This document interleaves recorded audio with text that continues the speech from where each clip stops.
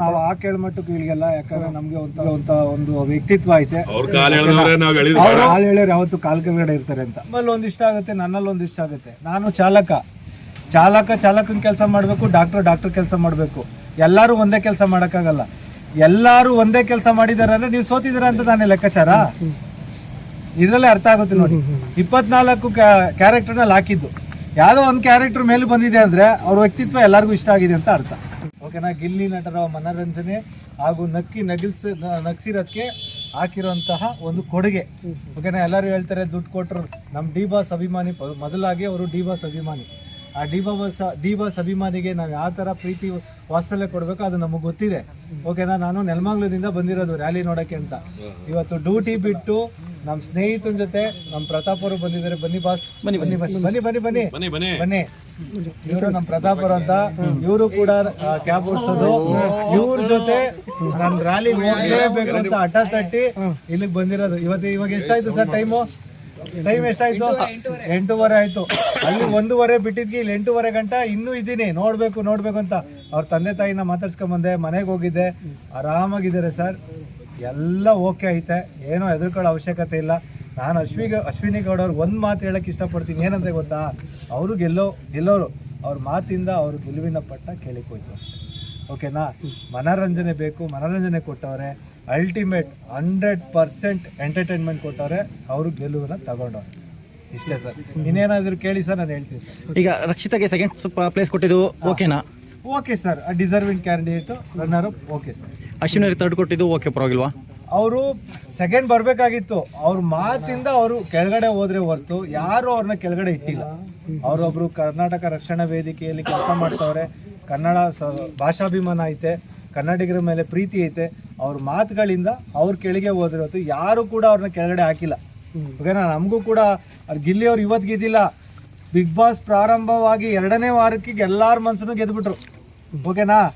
ಅವ್ರ ಜೊತೆಯಲ್ಲಿ ಹುಡ್ಕೊಂಡು ಅವ್ರು ಹೋಗಿದ್ದಿದ್ರೆ ಇವತ್ತು 2ನೇ ಸ್ಥಾನನೋ 1ನೇ ಸ್ಥಾನನೋ ಬಂದಿರೋದು ಸರ್. ಈಗ ಅಶ್ವಿನಿ ಹೆಸರು ಹೇಳಿದ್ಕೆ ಕೇಳ್ತಿದ್ದೀವಿ. ಅಶ್ವಿನಿ ಅವರು ಇವತ್ತು ಒಂದು ಆರೋಪ ಮಾಡಿರೋದು, ಇದು ಕಾಮಿಡಿ ಶೋ ಅಲ್ಲ, ಬಿಗ್ ಬಾಸ್ ಗೆಲ್ಲಲಿಕ್ಕೆ ಲೇಡೀಸ್ ಗೆಲ್ಲಬೇಕಿತ್ತು, ಇದು ಕಾಮಿಡಿ ಶೋ ಆಗಿದ್ರೆ ನಾವೇ ನಮ್ಮನ್ನೇ ಕರಿಬೇಕಿತ್ತು ಅಂತ ಒಂದು ಕ್ವಶನ್ ಮಾಡಿದ್ದಾರೆ ಸರ್. ಒಂದು ಮಾತು ಸರ್, 24 ಕ್ಯಾರೆಕ್ಟರ್ ಅಲ್ಲಿ ಹಾಕಿರೋದು ಸರ್.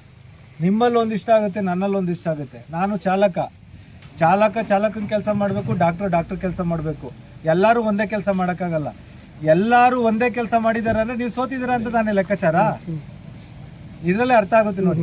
24 ಕ್ಯಾರೆಕ್ಟರ್ನಲ್ಲಿ ಹಾಕಿದ್ದು ಯಾವುದೋ ಒಂದು ಕ್ಯಾರೆಕ್ಟರ್ ಮೇಲೆ ಬಂದಿದೆ ಅಂದ್ರೆ ಅವ್ರ ವ್ಯಕ್ತಿತ್ವ ಎಲ್ಲರಿಗೂ ಇಷ್ಟ ಆಗಿದೆ ಅಂತ ಅರ್ಥ. ಓಕೆ. ಈಗ 48 ಕೋಟಿ ಚಿಲ್ಲರೆ ಓಟ್ ಬಂದಿದೆ ಹೇಳ್ತಾರೆ. ಹಾಗಾದ್ರೆ ಅವ್ರ ಪ್ರಕಾರ 48 ಕೋಟಿ ಯಾರು ಹಾಕಿದ್ದು ಸರ್? ಎಲ್ಲರ ಹತ್ರ 10 ಸಿಮ್ 2 ಸಿಮ್ ಇದೆ ಸರ್. ಒಂದು ಸಿಮ್ಮಲ್ಲಿ 99 ಓಟ್ ಅಂದ್ರೆ ಎಷ್ಟು? ಅವ್ರು ಹೇಳ್ತಿರೋದು ಯಾಕಂದ್ರೆ ಈಗ ಆರೋಪ ಮಾಡ್ತಾರಲ್ಲ, ಜನ ತಪ್ಪಂಗಾದ್ರೆ ಅಂತ ನಾನು ಕೇಳ್ತಿರೋದು. ಮಾಡ್ಕೊಳ್ಳಿ, ಅವ್ರ ಇಷ್ಟ, ಅವ್ರ ಅಭಿಪ್ರಾಯ. ಆರೋಪ ಮಾಡ್ಕೊಳ್ಳಿ, ಅವ್ರು ಆರೋಪ ಮಾಡಕ್ಕೆ ಇರೋದು. ಅವತ್ತಿಂದ ಇವತ್ತಿನವರೆಗೂ ಇನ್ನೊಬ್ಬರ ಮೇಲೆ ಆರೋಪ ಮಾಡಕ್ಕೆ ಇರೋದು. ಓಕೆನಾ. ಅವ್ರ ಮೇಲೆ ಗೌರವ ಇದೆ ನನಗೆ. ಅಶ್ವಿನಿ ಗೌಡ ಅವ್ರಂದ್ರೆ ಗೌರವ ಇದೆ. ಅವ್ರ ಮಾತಿನ ಮೇಲೆ ಒಂದು ಸ್ವಲ್ಪ ನಿಗಾ ಮಾಡ್ಕೊಂಡ್ರೆ ತುಂಬಾ ಇನ್ನೂ ಒಳ್ಳೆಯವರಾಗ್ತಾರೆ. ಈಗ ಗಿಲ್ಲಿ ಗೆದ್ದಿದ್ದಾರೆ. ಹೌದು. ಕೆಲವೊಬ್ರು ಮಾತೇನು ಗಿಲ್ಲಿ ಗೆಲ್ಲಲ್ಲ ಅನ್ನೋ ಒಂದು ಮಾತು ಕೇಳಿ ಬರ್ತಾ ಇತ್ತು ಸರ್. ಬರ್ತಿತ್ತು, ನಮಗೂ ಬರ್ತಿತ್ತು. ಆ ಚಾಲೆಂಜ್ ಮೇಲೆ ಇವತ್ತು ಗೆಲ್ಸಿರೋದು 48 ಕೋಟಿ ಓಟ್ ಹಾಕಿ ಚಾಲೆಂಜ್ ಮೇಲೆ ಹಾಕಿರೋದು. ಇದು ಸುಮ್ಮನೆ ಅಲ್ಲ ಹಾಕಿರೋದು. ಯಾವಾಗ ಅವರು ಭಿನ್ನಾಭಿಪ್ರಾಯ ಬಂತು, ನಮ್ಗನ್ನಿಸ್ತೋ ಇವ್ರು ಏನೋ ಮಾಡ್ತಿದ್ದಾರೆ ಅಂತ ಅನ್ಸುತ್ತೋ, ಅವಾಗ್ಲಿಂದಾನೆ ಚಾಲೆಂಜ್ ಪಣ ತೊಟ್ಟು ಅವ್ರಿಗೆ ಎಲ್ಲರೂ ಪ್ರತಿಯೊಬ್ಬರು ಕಿರಿಯರಿಂದ ಹಿಡಿದು ಹಿರಿಯರವರೆಗೆ ಮನೇಲಿ ಎಷ್ಟು ಮೊಬೈಲ್ಗಳಿದಾವೋ, ಎಷ್ಟು ಆ್ಯಪ್ಗಳಿದಾವೋ ಅಷ್ಟರಲ್ಲೂ ಕೂಡ 99 ಅಂತ ಒತ್ತಿ ಅವ್ರಿಗೆ ವೋಟ್ ಮಾಡಿರೋದು. ನೀವು ನಂಬಲ್ಲ ಸರ್, ನಾನು ವಿಡಿಯೋ ಮಾಡ್ಕೊಂಡಿದ್ದೀನಿ. ಅವ್ರಿಗೆ ವೋಟ್ ಹಾಕಿರೋದು. ನಾನು ಕಾರಲ್ಲಿ ಕೂತ್ಕೊಂಡು ಕೆಲಸ ಮಾಡೋದು ಬಿಟ್ಬಿಟ್ಟು ವೋಟ್ ಹಾಕಿರೋದು ಇಲ್ಲೇ ಐತೆ ರೆಕಾರ್ಡಿಂಗ್ ನೋಡಿ. ನಾನು ಸುಳ್ಳು ಹೇಳಕ್ ಹೋಗಲ್ಲ. ಇಲ್ಲಿ ನೋಡಿ. ಇದಕ್ಕಿಂತ ಇನ್ನೊಂದು ಉತ್ತರ ಬೇಕಾ, ಉದಾಹರಣೆ ಬೇಕಾ? ವೋಟ್ ಹಾಕಿರೋ ಡಾಕ್ಯುಮೆಂಟ್ಸ್ ಇಲ್ಲ ಐತೆ. ಅವ್ರು ಯಾರೇ ಕೇಳಿ ಕರ್ನಾಟಕದ ಎಲ್ಲಾ ಮೊಬೈಲಲ್ಲೂ ಕೂಡ ಡಾಕ್ಯುಮೆಂಟ್ಸ್ ತಗೋಬಹುದು. ಅವ್ರು ನಂಬಲ್ಲ ನೋಡಿ, ಅವ್ರು ನಂಬಲ್ಲ ಅಂತಾನೆ ಎಲ್ಲ ರೆಕಾರ್ಡಿಂಗ್ ಮಾಡಿದ್ವಿ. ರೆಕಾರ್ಡಿಂಗ್ ಮಾಡಿ ಇನ್ಸ್ಟಾಗ್ರಾಮ್, ಫೇಸ್ಬುಕ್ ಅಲ್ಲಿ ಇನ್ನೊಬ್ರಿಗೆ ವೋಟ್ ಹಾಕೋ ತರ ಪ್ರೇರೇಪಿಸಿ ಹಾಕಿಸಿದೀವಿ. ಇದಕ್ಕಿಂತ ಇನ್ನೂ ಉತ್ತರ ಬೇಕಾ? ನೀವೇ ಅರ್ಥ ಮಾಡ್ಕೊಡಿ ಸರ್. ಈಗ ಕೆಲವೊಬ್ರು ನೀವು ಅಂದ್ರೆ ಗೆಲ್ಲಲ್ಲ, ಗೆದ್ರೆ ಅವ್ರ ಕಾಲ್ ಕೆಳಗಡೆ ಹೋಗ್ತೀನಿ ಅಂತ ಹೇಳಿದ್ರು, ನಿಮ್ಗೆ ಗೊತ್ತಿರುತ್ತೆ ಸರ್. ನಾವು ಆ ಕೇಳ್ಮಟ್ಟಕ್ಕೆ ಇಳಿಯಲ್ಲ, ಯಾಕಂದ್ರೆ ನಮ್ಗೆ ಒಂದು ವ್ಯಕ್ತಿತ್ವ ಐತೆ.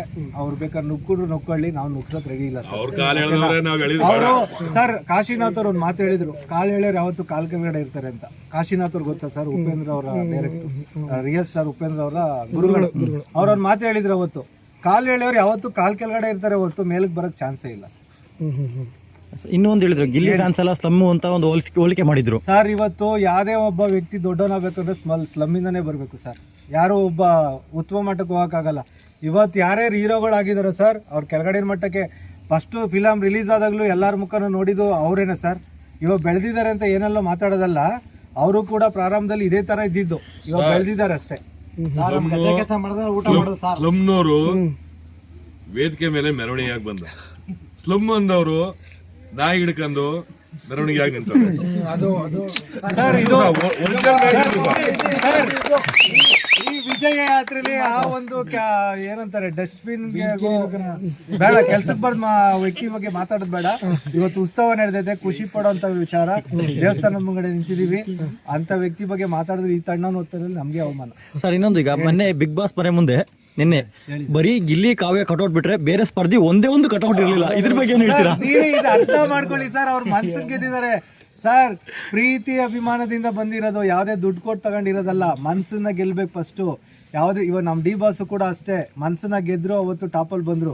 ಇವತ್ತು ಕೂಡ ಇನ್ನೊಬ್ಬರ ಬಗ್ಗೆ ಕೀಳಾಗಿ ಮಾತಾಡಿಲ್ಲ, ಕೆಳಗಿಟ್ಟು ಮಾತಾಡಿಲ್ಲ. ಅವ್ರೇನಾಯ್ತೋ ಅವ್ರ ವ್ಯಕ್ತಿತ್ವ ಏನಾಯ್ತೋ ಅದಷ್ಟೇ. ಅವ್ರೇನು ಕೆಲಸ ಮಾಡ್ತಾರೆ, ಒಂದು ಮೂವಿ ಮಾಡಬೇಕು, ಜನರಿಗೆ ತೋರಿಸ್ಬೇಕು. ಅವ್ರ ಹಿಂದ್ಗಡೆ ಏನಾದರೂ ಮಾಡ್ಕೊಳ್ಳಿ, ನಮ್ಗೇನಿದೆ ನನ್ನಪ್ಪ ಬಿಸ್ನೆಸ್. ಬಿಗ್ ಬಾಸ್ ಅಲ್ಲಿ ಇರೋದವಾಗಿ ಹೇಳಲೇಬೇಕು ಅಂದ್ರೆ ನಮ್ ಕಡೆ ಕಾಮಿಟಿ ಏನಪ್ಪ ಅಂದ್ರೆ ಆ ಡಾಕ್ ಸತೀಶ ಸರ್ ನೆನ್ನೆ ಹೇಳಿ, ನಮ್ನೆಲ್ಲ ಸ್ಲಮ್ಮು ಅಂದವನೆ, ಹಳ್ಳಿಯವರು ಅಂದವನೆ, ಬಟ್ಟೆ ಇಲ್ಲೋರು ಅಂದವನೆ. ಅವ್ನ ಹಾಕೋ ಬಟ್ಟೆ ನಮ್ ನಾಯಿಗಳಿಗೂ ಹಾಕಲ್ಲ ಸರ್, ನಾವ್ ಕಾಲು ಒರ್ಸ್ಕೋಕು ಹಾಕಲ್ಲ. ಅವ್ನ ಹಾಕೋ ಬಟ್ಟೆ ನೋಡಿ, ಇದಂತ ಯಾವ್ದೇ ಕಾರಣಕ್ಕೆ ಎಡಿಟ್ ಮಾಡ್ಬೇಡಿ. ಅವ್ನ ಹಾಕತ್ತ ಡಾಕ್ ಸತೀಶ, ಅವ್ನ ಬಟ್ಟೆ ನಾವ್ ಕಾಲು ಒರ್ಸ್ಕಾಕತ್ತೀವಲ್ಲ ಮನೆ ಮುಂಚರಿ, ಅದ್ರ ಸಮಾಸ ನಮ್ಗೆ ಅದು. ಸರ್ ನನ್ನ ಗಾಡಿ ನಾವ್ ಯಾರು ಶ್ರಮಲ್ಲ ಸರ್, ಅವನು ಹುಟ್ಟ ಈಗಲೂ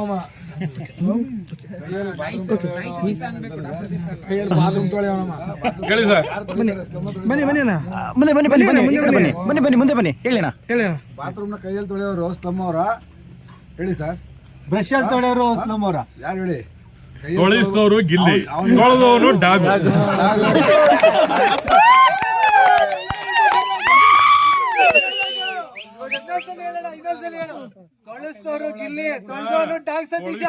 ಲೀಡರು ಗಿಲ್ಲಿ, ತೊಳೆದವನು ಡಾಕ್ ಸತೀಶ. ಅವನು ಎಂತ ಹೇಳಿರೋದು ಸ್ಲಮ್. ನಾವೆಲ್ಲ ಸ್ಲಮ್, ನಾವೆಲ್ಲ VIP ಗಳು. Gilli fan sir. ನೆನ್ನೆನೆ ವೇದಿಕೆ ಮೇಲೆ ಇನ್ನೊಂದು ಹೇಳಿದ್ದಾರೆ, ಹೇಳಿ ಹೇಳಿ. ಈಗ ಗಿಲ್ಲಿ ಎಲ್ಲ ಬೇರೆ ಕಡೆ ಹೋದ್ರೆ ಒಂದು ಫಂಕ್ಷನ್ಗೆ 30,000 ತಗೊಂತಾರೆ, ನಾನು ಹೋದ್ರೆ 2.5 ಲಕ್ಷ ಅಂತ ಹೇಳಿದ್ದಾರೆ ಸರ್. ಅವ್ನು ಯಾವ 2.5 ಲಕ್ಷ ಸರ್, ಅವ್ನ ಮಾತೇ ಬೋಗಸ್. ಅವ್ನು ಯಾರು ಅಂತಲೇ ಕೊಡಲಿಲ್ಲ ಪ್ರಪಂಚಕ್ಕೆ. ಬಿಗ್ ಬಾಸ್ ಅವರು ಕಲ್ಲರ್ಸ್ ಕಾಲೇಜ್ ಅವರು ಕರ್ಕ ಬಂದು ಏನೋ ಮುಖ ಪರಿಚಯ ಮಾಡ್ಸೋರು ಅವ್ನಿಗೆ. ಅವನು ದೇವ್ರ ಕೈ ಮುಗಿಬೇಕು. ಅವ್ನು ಯಾರು ಗೊತ್ತ, ಅವ್ನು